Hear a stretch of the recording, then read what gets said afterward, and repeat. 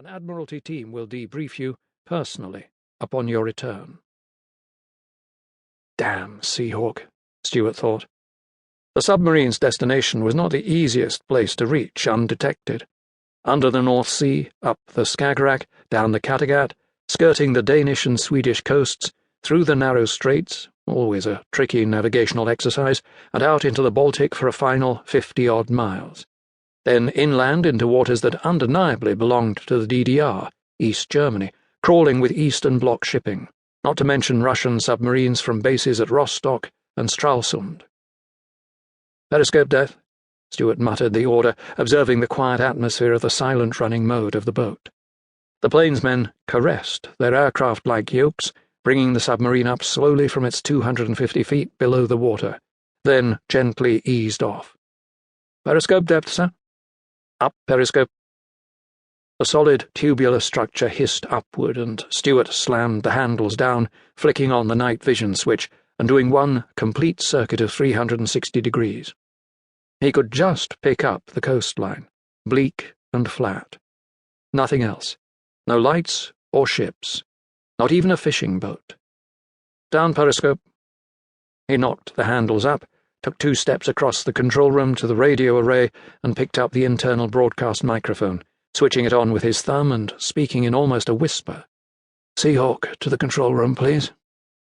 Up in the fore ends, surrounded by red-marked safety equipment, just behind a bank of torpedo tubes in the only space available for passengers, Seahawk and his 2 companions heard the captain's voice as they lay on makeshift bunks 4 feet above the deck.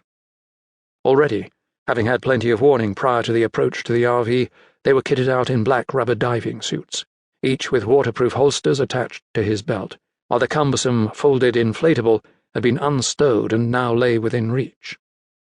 Seahawk swung his feet onto the metal deck and, without undue haste, made his way abaft to the control room. Only those inside that magic, confined inner circle of specialists that is the global intelligence community would have recognized Seahawk as Commander James Bond. His companions were members of the elite Naval Special Boat Squadron, officers known for their discretion and often used by the service to which Bond owed his allegiance.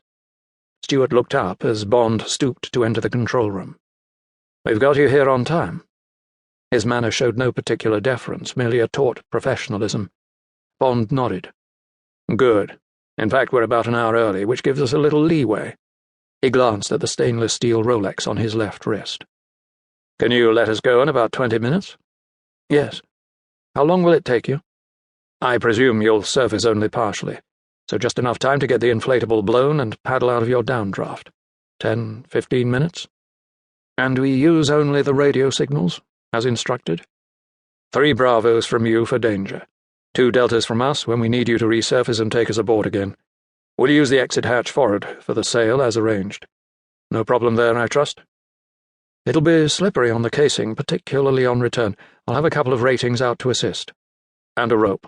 A ladder for preference. As far as I know, our guests haven't had any experience boarding submarines at night." "Whenever you're ready." "Right, we'll get shipshape then." Bond turned and made his way back toward the pair of Special Boat Squadron officers, Captain Dave Andrews, Royal Marines, and Lieutenant Joe Preedy, Royal Marines. Quickly they went over the drill again. They lugged the inflatable paddles and the small lightweight engine back toward the metal ladder that would take them to the forward hatch, and from there to the casing and the cold wetness of the Baltic.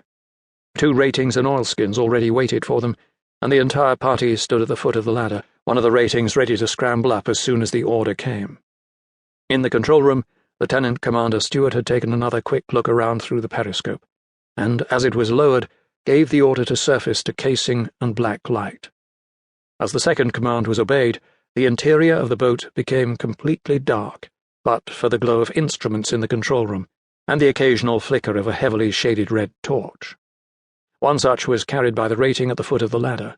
They began to move quickly up the rungs until a soft voice came from the communications speakers. "Casing surfaced." There was a slight clang as the man turned the wheel, unlocking the forward hatch. Then fresh air poured in like cold water from the small, open circle above them. Joe Preedy was first up the ladder, assisted by the dimmed red glow of the torch held by the rating below.